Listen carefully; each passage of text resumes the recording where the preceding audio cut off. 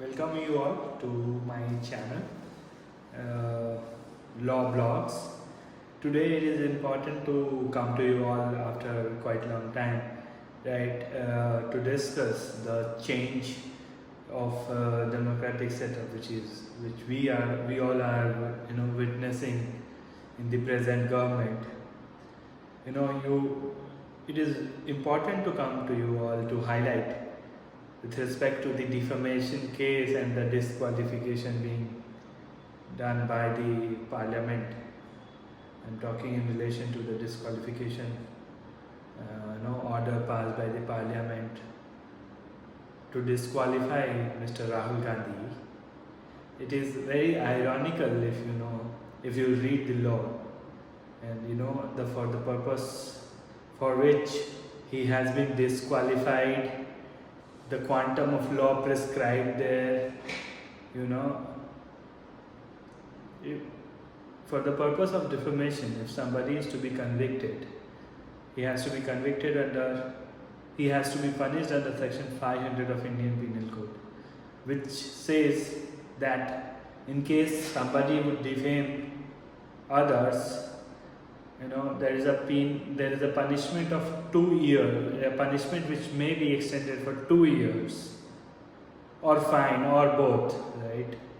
So this is the maximum quantum which may be pronounced. The emphasis here is on may, right?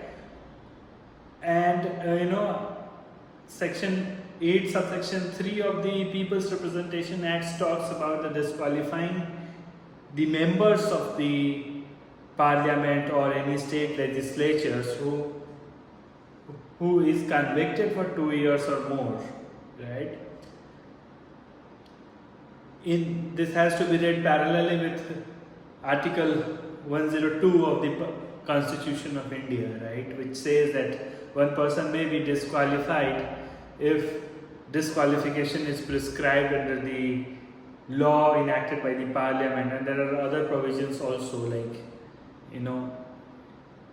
one person has turned unsound mind and all. But here, being a student of law, we have read several laws, right? And this is one of the provision which is bailable offense, right? There is not a heinous crime per se, a crime or an offense where is a fraud, forgery, or had it been a case of National Herald wherein legal proceedings are still on, we may have bought this analogy. Not here to challenge the order of the court, but certainly challenging the law made by the parliament, law made by the court, as judicial pronouncements are also law. A law which is draconian in nature, a law which has no subjectivity test, it could be used, applied in order to abuse the power of law, which is certainly the case here, ironically.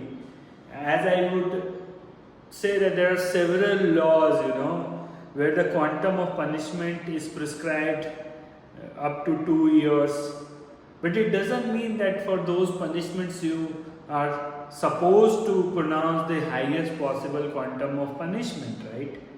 And it appears that the moment you go and give the highest possible punishment in this case, which has resulted into disqualification of Mr. Rahul Gandhi, it has some kind of biasness in the mind, right?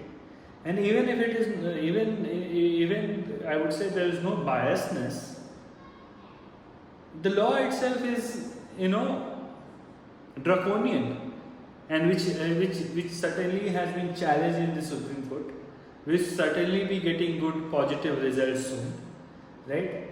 The intent and objective of this law is to save the society, and society should be represented by the right people in the parliament or in the state legislature. But the same should not be used for cases like defamation, right? Or during the political rally, one may says many things, and such things, say during the political rally, could not be, used as a tool to disqualify one as a member of the parliament, right? This is a matter of 2019 election rally, wherein the Rahul Gandhi has used certain terminology basis which the judicial pronouncement has been made. However, ironically, there are several hundred thousands cases lying, right, for murders for a decade or more, where the punishment is not yet made. Now, charge sheet is not yet filed for many of the cases for several years. What was so hurry to decide on this particular matter, right? What about all those matters which are of more heinous crimes are lying pending for more than a decade, right? I, being a lawyer, knowing many of these cases are pending for quite some time, right? So, are you not killing the spirit of the democracy? Are you not killing the spirit of the preamble per se? No, it is very dangerous per se, right? Let me tell you, it is very dangerous. Once a political party who is in power started abusing the things available in the hand, right, or the abuse of law, it may bring society, back to an era of colonialism or aristocracy. The same thing which we are seeing here. I would come to other, propaganda, other way to, to sort of, create a aristocratic, society, wherein a particular a set number of people would own the party, have the huge corpus of funding, and crush the opposition parties. Such things should not be appreciated, never be appreciated, even in past. And I believe the people of this country is mature enough to understand and appreciate what is right and wrong.